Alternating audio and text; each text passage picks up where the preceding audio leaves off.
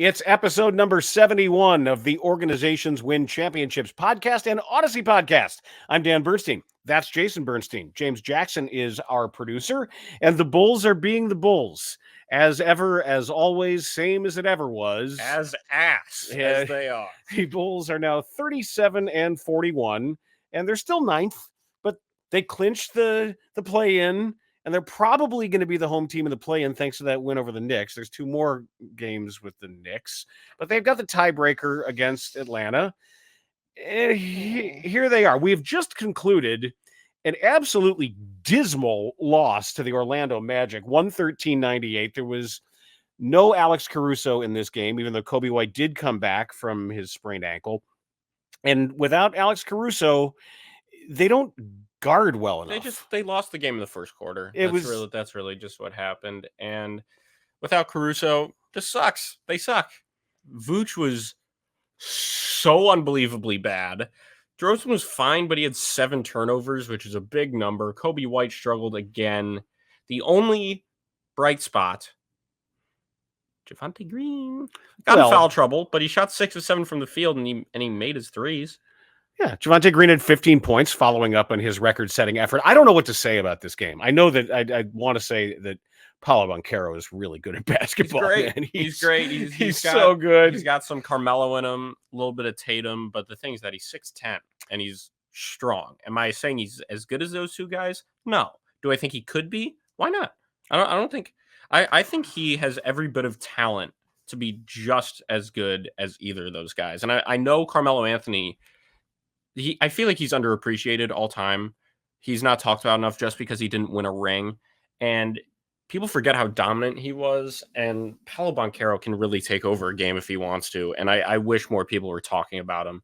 What he's able to do offensively and defensively, being that big and that strong and being able to move the way he does. He's a handful. And when you have a supporting cast like they do, they're pretty good. Dude, I don't know if they can... I don't think they shoot enough threes to challenge in the East, but their variance right now as far as seeding goes is really kind of wild. Yeah. Because they came in to this game, I think, is sitting 4th at 45-32. Now they're 46-32, which would tie them with Cleveland. So there's still a lot that can happen in these final games because Miami, look, you got Philadelphia, the 8th seed at 43-35. Yeah, there's anything can happen, really. But I do not see them as a challenger because of their inability to consistently hit 3-pointers. Except for Joe Ingles. Yeah, he's fun. Of course he's fun. What did Stacey call him today? The drunk uncle, and then Mom called him Drunkle Joe. And he's always running his mouth, and I don't know what he's saying half the time, but it's fun. He's fun. The Magic are good, and they're just getting started because they're young, and I think they can keep getting better, and I think they will, and they could be dangerous even as soon as next year if they keep developing and they add maybe 1 or 2 shooters. They can really make some noise at some point soon. They're kind of like the Thunder of the East, if you will. Different play styles, but similar type of young core and vibe, I get. I mean, that's just what I get from them. Are they as good? No. Can they be? Yes. So let's talk about what really matters. This guy. Yeah. This guy. Yeah. Now, I said this last night, and I meant it. It is a rare thing as a sports fan when you have sort of a pet player. It's somebody a guy you like more than other people like. I went through this as a White Sox fan with Ivan Calderon, where I just decided he was going to be my guy because things happened around him. Cool, weird, fun things. Must have been a lot more exciting to be a White Sox fan when they had Ivan Calderon on the team. Actually, instead you know what? Of this team. Hold on a sec. Talk for a second. I got to limp over here. It might be in my room. Talk about Javonte. Is it your room? Might be. Why? I'm not going to spoil what he's about to get, but... Oh, I guess he's got it. But Javonte Green is the greatest player of all time. I'm saying this because he's not here right now, and I'm allowed to. So okay. What he's been able to do. This is one of the greatest gifts I've ever gotten. This is a game-worn Ivan Calderon jersey. Looks a lot better in the current MLB jerseys. Huh. It's certainly better made. That's what I mean. But Javonte Green had 25 points and 13 rebounds, and every bit of it mattered. And a lot of it came after Josh Hart kicked him in the head, and which was kind of crazy. He looked at him directly in the eyes, and just kind of threw his leg at his jaw. He looked and he didn't. It was pretty athletic. He wasn't right. He wasn't finishing outward with his leg. He brought it around and hit him. Can I demonstrate on you? On me? No, you're not kicking me in the head. Why not? Quit it. You definitely can't kick me in the head with your injury right now. I have injured foot. I have problem with foot from old injuries. What? Javonte Green in 33 minutes. Off the bench. 10 of 14 from the field. That's 71.4%. He made 1 of 2 threes, all 4 of his free throws, 5 offensive rebounds, 8 defensive rebounds, 13 total, an assist, 2 steals, a block, and 1 turnover. So you ask, why is that meaningful? Because it's Javonte Green, dummy. Well, beyond that. Javonte Green, dummy. Beyond that, it had never been done before. You sent it to me, this stat. I've got the stat. It's right here. Javonte Green, according to our friend Jeff Fahrer, he is the first player in NBA history to come off the bench and have a stat line of at least 25 points, 13 rebounds, 70% field goal percentage, 2 steals, and a 3. The first player ever in the history of the NBA. And a double clutch reverse. Yes, and a double clutch reverse. But the reason I bring it up is for the rest of your life, no matter what, you got to see your sort of fun, novelty favorite player have the best game of his career. What? Nasty. But did you have strips? Did you have the Listerine strips? I don't know if I have. You always have them. But you got to see your guy have the best game. Unless he pulls a Malachi Flynn and drops 50. And then did you see Malachi Flynn's next game? What? He was like over 12 from the field. Oh, God, it's Jordan Poole 2.0. Yes, it was Jordan Poole 2.0. But I just thought it was really cool to have a Javonte party, if nothing else. And I guess because they waived Terry Taylor. I also want to say Drummond was very good. He had 10 and 16. He's made money. I think somebody's going to pay him. What, like 10 million? Oh, I don't know exactly how much, but more than he's making this year. I think someone will give him a multi-year deal, right? Yeah. He's not that old. But what were you going to say? I was going to say that. What was I going to say? We're talking about Javonte, but you got to watch him have the best game he's going to have in his career. Oh, and I wasn't sure. He is playoff eligible. He is play-in eligible, I should say. Yes. You were saying he's not playoff eligible as long as he's on the team. Yes, because it's not a second 10-day, because they waived Terry Taylor, and because they made him a member of the team. He's on the roster. There's no deadline for that. But what's incredible is how the dire need. People say energy with him. It isn't. It's ability to jump and run and move and desire to jump and run and move. It's athleticism. They are so unathletic, as well as the impact that Caruso has, just his presence on the floor defensively. Sure. And he's isn't he shooting a career best from the 3-point line? Caruso? Yeah. Oh, I think by a mile. Yeah. He and Io both. Io's been brilliant for the 3-point line. Don't get me wrong. I think Io, it's a given that he's vital to this team.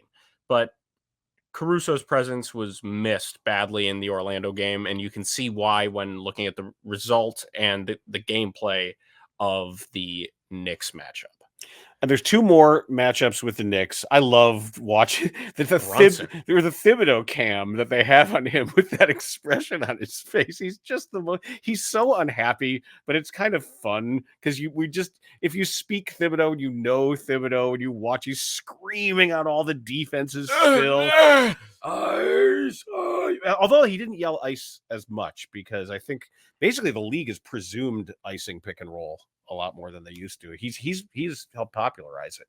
They used to call it blue or down, and now he just started. Thanks for mansplaining pick and roll to the audience. I was hoops-splaining pick and roll to you, actually. If I had asked you what are the other 2 calls for ice, you would have known. I wouldn't have known, but I wouldn't have needed to know because it doesn't matter to me. Okay. Well, let's take a look then at the just announced 2024 basketball Hall of Fame class that is Mhm. going to be enshrined. And there are 6 former players, one who's now has gone in as a player, a coach, and an executive, Something right? like that. Jerry West, I think, is going in as an executive. I think when you're Yes. the logo, he could also go in as the The logo, logo. whatever. I think Javonte Green should be the new NBA logo. We'll take that under advisement. Yes. Thank you. Yes. I think it should be Markelle Fultz's jump shot. Oh, Dad, that's rude. Okay. You can't talk crap about him. Look at the stats. Look at the box score. Okay. Look at the box score for the Magic. Okay. Scroll down to Fultz. Wow. 8 of 12 from the field, 1 of 1 from 3. Yeah. I don't want to hear 6 rebounds, 2 assists. Yeah, it is not a pretty shot, but I give him credit for working his way back. You're right. Yeah. No, he was. Shut up. Okay, fine. Click there now. Click where? Here? Yeah. Okay. The Hall of Fame class also includes, there's funny, one with a definite Bulls connection and another that somebody wanted to be a Bulls connection that never happened. You don't know the story. Obviously, the Bulls connection is former Bulls head coach Doug Collins, who was also a score basketball contributor when I first started hosting a talk show. Okay. He was terrific on the air. And I was actually working at Channel 2 in the summer of '89 when Doug got fired out of the blue. Out of nowhere, the Bulls fired Collins and promoted this no-name assistant coach, Phil Jackson, and nobody knew what was going on. Everybody was like, what happened? And that's when we started with this whole point A to point B guy and point B to point C guy. The other name that has a Bulls connection, Walter Davis. He played collegiately at North Carolina. He's a really good player. I never thought he was going to be a Hall of Famer, frankly. I mean, I just didn't. He was a sort of a very good NBA player for a long time, and Michael Jordan loved him. And near the end of his career, he was a free agent, and Jordan was just all over Jerry Krause to sign him. Okay. Just like, we need Walter Davis. This team needs Walter Davis. And they were like, okay, whatever, Michael. Whatever. Because Michael, we know, great player, not a great GM or basketball executive when it comes to putting teams together. And we all Charlotte Bobcats. Well, remember that? How about those the days? Washington Wizards? I mean, drafting Kwame Brown and all that stuff. And they yelled at him. This was a I was a little surprised to see Walter Davis there. Good on Vince Carter, absolutely deserved. Oh yeah, was what, 4 decades? I think his 90s, 2000s, 2010s, 2020s. Yeah, he played in 4 decades. Chauncey Billups had himself one hell of a career and is currently a head coach. And Michael Cooper, that surprises me too. You talk about getting in on defensive ability and reputation. Pat Riley and Winning Time or Adrian Brody. You think you're a star? You're not. Stop acting like one. Yeah, but Coop lock you up now. Coop would. Yes, he'd lock me up. He would lock one up. Ask Larry Bird about being guarded by Michael Cooper. If you really want to hear some respect from an all-time great about what it meant to have that guy, where other people might buy the head fake, other people might buy his lean out back cut move.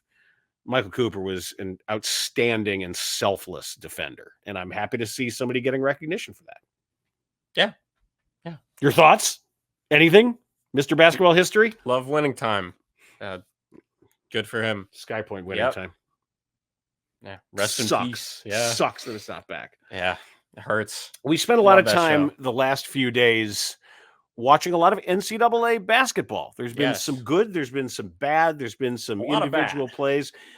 Today, both of us watched every minute of the NCAA women's final. Great game. Terrific game. Well played. Hard fought. And I mean, throughout the whole thing, I mean, both of these competitors on every level, the players, the coaches, there was a lot of respect involved. There were some terrific performances. Everybody played hard. A lot of made shots too. All the stuff that was said afterwards was fantastic. What a peak. I can't wait to see what the viewership is. So happy Kim Mulkey wasn't there. My Lord. That made it awesome. But what a time for the women's game, and just to see the respect that's being given across the board for everybody involved, not just the quality of the South Carolina dynasty. And they are that. This is they play like UConn's men's team. They're very similar teams. Big, and everybody can shoot it. And everybody can shoot. They lost their whole team last year too, right? Didn't they have everybody go? A lot of team. There are a lot of players. Yeah, Leah Boston left.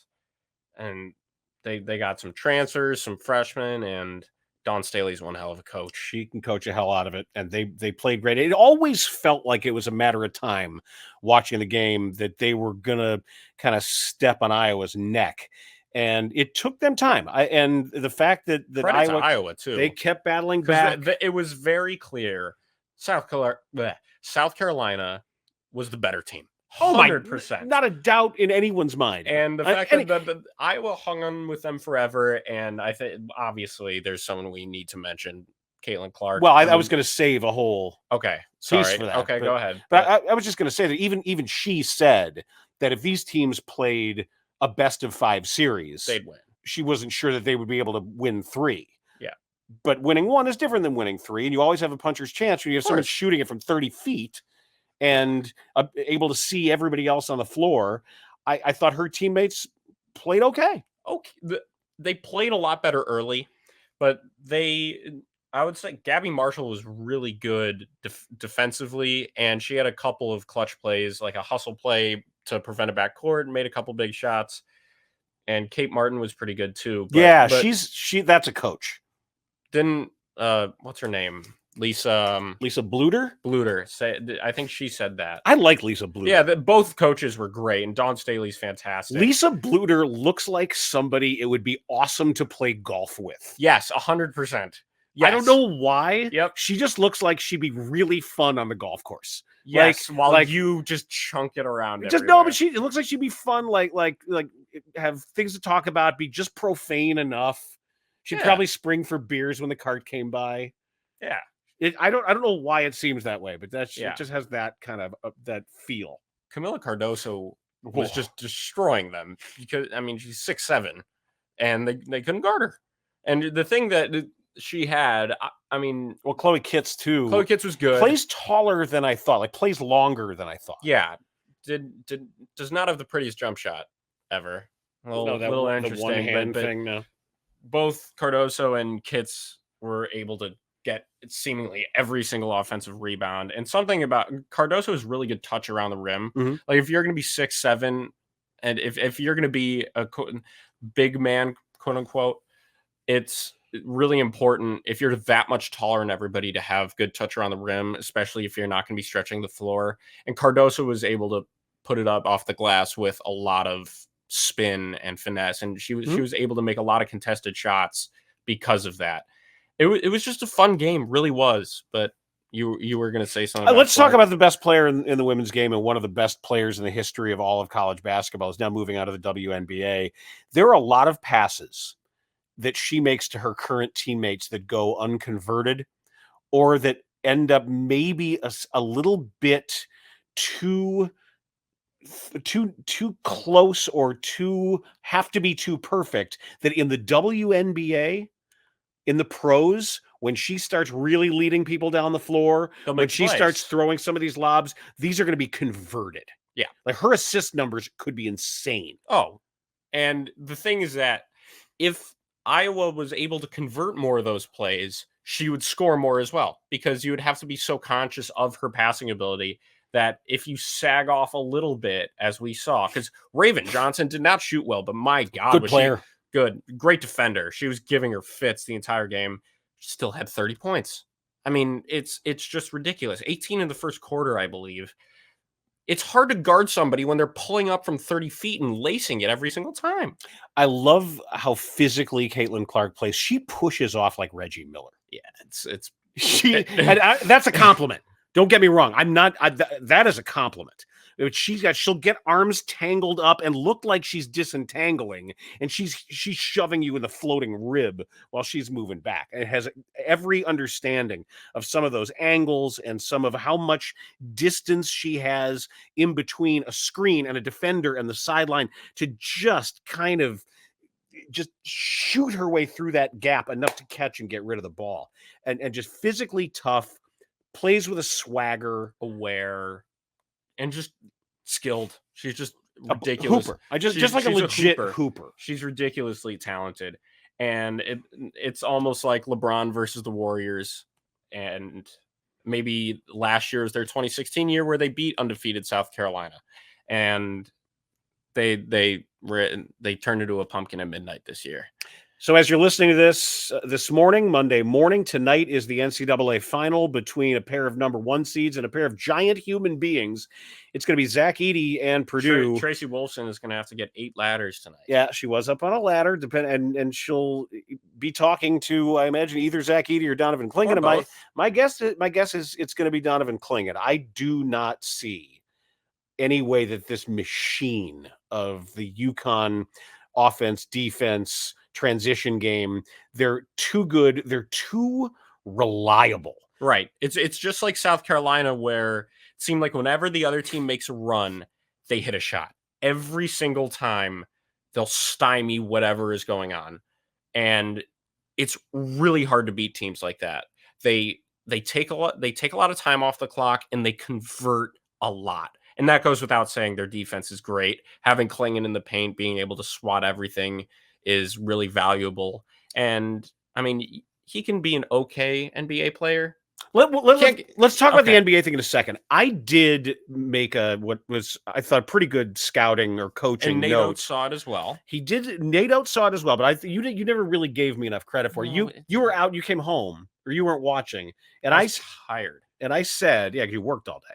Jason's working at a sporting goods store now. And he's actually pretty good at it. So I said that hell. What I said that was so condescending. I don't know with you doing you never done retail before. I can talk about golf equipment. I know, but you also don't suffer fools gladly, and in retail you have to suffer fools gladly. You can't call a guy a schmuck and hit him over the head with a Scotty Cameron putter. I really wanted to this one dude. And so did my coworker, and it was pretty hilarious. And we talked about him after. So anyway, Donovan Clingan cannot spin backward over his right shoulder, nor does he have a move to the reverse over his right shoulder. I think he should be trained by DJ Burns. Well, DJ Burns can move either direction over either shoulder, and that's what makes him awesome. But when Clingan catches... I love DJ Burns. When he catches on the left block, it is really... Nate Oates was overplaying. And Matt Painter's not stupid. He's going to see that too. I'm interested in how they guard Clingan, because when Purdue's defense is at his best, you know who Edey is guarding? Nobody. Exactly. The paint. He kind of, not just the paint, it is the paint, but also one step away from a perimeter challenge. He's that big. One step. He's at nobody and everybody at the same time, where they kind of zone him up, is their best defense. But it's really interesting how Clingan always wants to turn back around that left shoulder. He doesn't have a drop step. He doesn't have that little reverse move, nor does he have a reliable fall away. That's still missing from his game. If he gets that, if you want to start talking NBA now, go ahead. His ceiling, Donovan Clingan's ceiling, is as a reliable, wealthy backup center. So you're saying like a Zach Collins or an Alex Len. Bigger. But I'm saying that job. Like a guy who or the other Plumlee. Somebody Mason. He's riding the bench just because he's on the Clippers. But there's one of these legitimate backup fives who can back up a really good player. I mean, when in his prime, this guy is a little bit of a better shooter, but kind of like a Myers Leonard type guy, or not as good. He's not a good shooter, not as good an athlete. Myers Leonard, much better athlete. He's a starter. And can get up and down the floor really well. And he hates Jewish people. No, he's actually done okay ever since that incident. That's true. He's worked hard. I give him credit for that. That's true. But I think that was bad. I think Caravan could be an NBA player, and obviously what's the shooter guy? The freshman, Newton or Castle? Newton. Newton's not a freshman. Oh, who's the guy? Castle's the freshman. Newton pulls up from anywhere. He's got. Does he? Was that the guy we saw? Yes, it was Newton was the guy that was shooting from everywhere. There's Castle, there's Spencer, Caravans, and Spencer's tough too. But I don't know if he's big and G leaguer, total G leaguer. You think? Oh yeah, he's like a what's his name, Gabe York on. That's a great name. Or David's not good the name. play style, but I know. Gabe York is a sniper that just isn't quite. He got a stint in the NBA with the Pacers during the whole COVID thing, but he just career G leaguer. He'll score a lot, but he'll never hit that level. And I think Edey is just too big and good enough to not be in the NBA. He's coordinated. He's going to need coordinated, and he's 7'4". If Luka Garza can be in the league, Zach Edey. Luka Garza just got. Hold on, Luka Garza is a better player. I'll tell you that right now. Luka Garza just signed with the T-Wolves for the rest of the season. He can shoot. Luka Garza can really shoot it. He's got a little bit of a handle. He's got some post moves. I know Edey's bigger, or he's taller. Significantly so.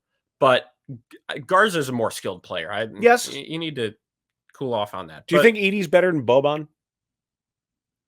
Yeah, he's younger. So, I mean, do you think he's better? Yeah, I'm saying he's younger, so he's probably a little bit more spry. Yeah.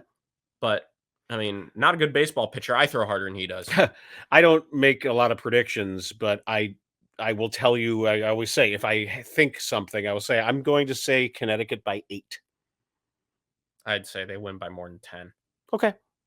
We'll see. Yeah, we shall see. Well, there you go. There you have it. There is your preview on the OWC, which leads us to the showdown. It's that time. Oh, boy. What? I got a good one, I think.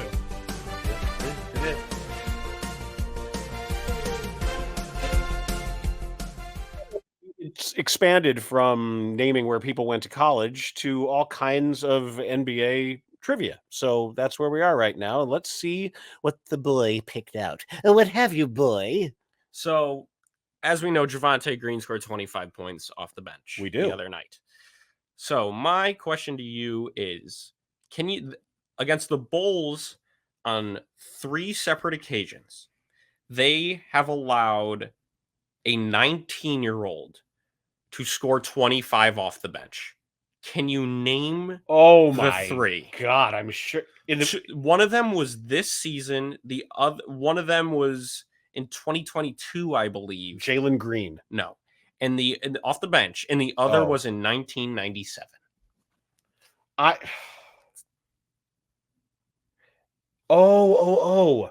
Duran? No. You're on the right track though with young NBA players that have a lot of skill. I thought I had it with I will say I love the guy that they gave it up to this year. I love this guy. Is it Derek Lively? No. I love this guy. He was a 2nd-round pick. We actually mentioned he's the only one of these 3 to go to college, actually. I'll say that. But they're all American. They're all American players. Mm-hmm. Wow, I'm not going to get this. I can tell you right now, I'm not. But because I already thought I had some good guesses. He is the youngest player in the NBA currently. You'll be mad. It doesn't. Did he play in a major school? Yes. Did he play in the Big Ten? No.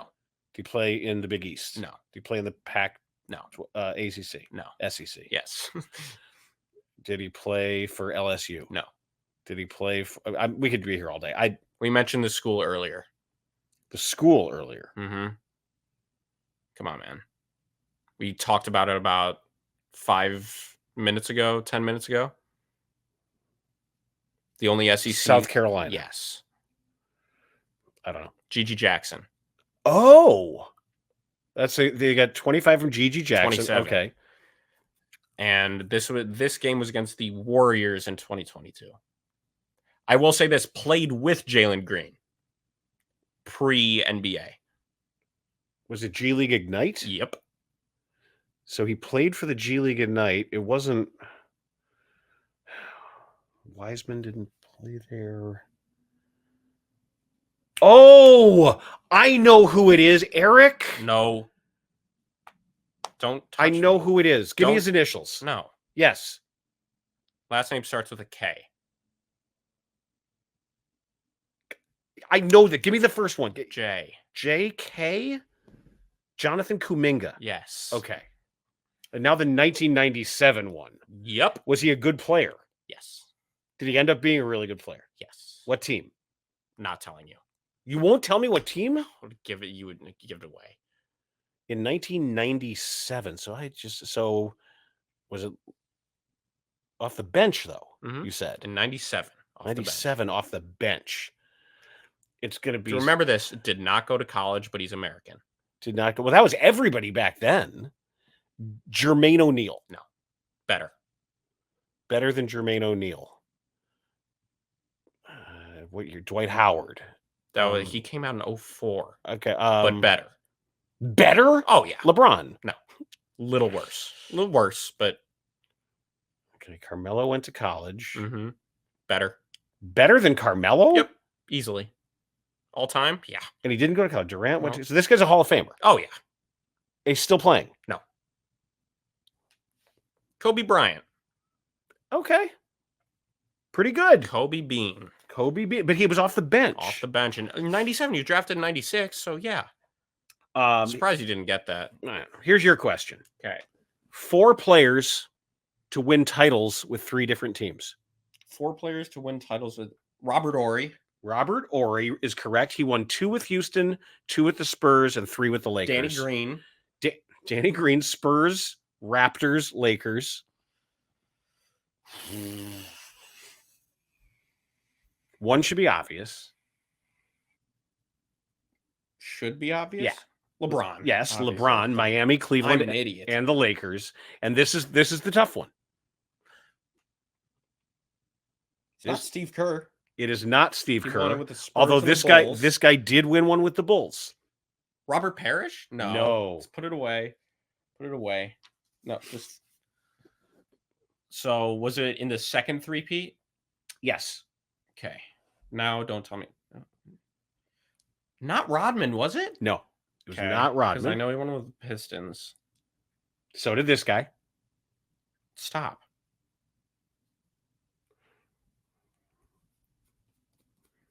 I'm thinking like 04 Pistons. No. Oh, it was the late 80s.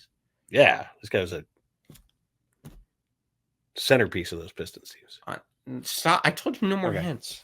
You just can't help yourself, dummy. Well, because I don't want to. It's bad radio to sit here and let you go with your thumb up your. That's what you were doing. It's all right, but you were giving hints. Barely. And I only give you hints because you. Bears. Barely. Like this is good radio. All right. I'm assuming a big man based Yeah. on what you said. Not like With the Bulls? he didn't really Second? play. He didn't really play with the Bulls. He was just a victory He's just cigar. there. Great in the locker room. White guy? No. Oh. Awesome to talk to in the locker room. Big personality. He was sort of a guy you didn't like when he was on the other team, but then you realize that's just sort of how he played. He won 2 with the Pistons. He won with the Bulls, and then he won 1 with the Lakers. All 4 of these players won 1 with the Lakers. With the Lakers. Yeah, end of bench. I didn't even know he was on that team. I have no clue. John Sally. Oh, okay. Yeah, I wouldn't have gotten that. There you go. And that's going to do it. Did not know he was a Bull. He was, indeed. That is episode 71 of Organizations Win Championships. The Javonte Green good episode. Yeah. Nikola Vucevic bad episode. Ugh. Hey. All right, so Connecticut by 8. You say Connecticut by 10. Yeah. Okay, well, that's it. So It'll be Connecticut by 9. like it, subscribe, download it. What are the other things we do? We like, subscribe, download. You say rate. Yeah, rate it. Rating it is good. What else? Or bad. No, rating's not bad. Don't rate it bad. Rate it good. It's good. See? Look, we're nice.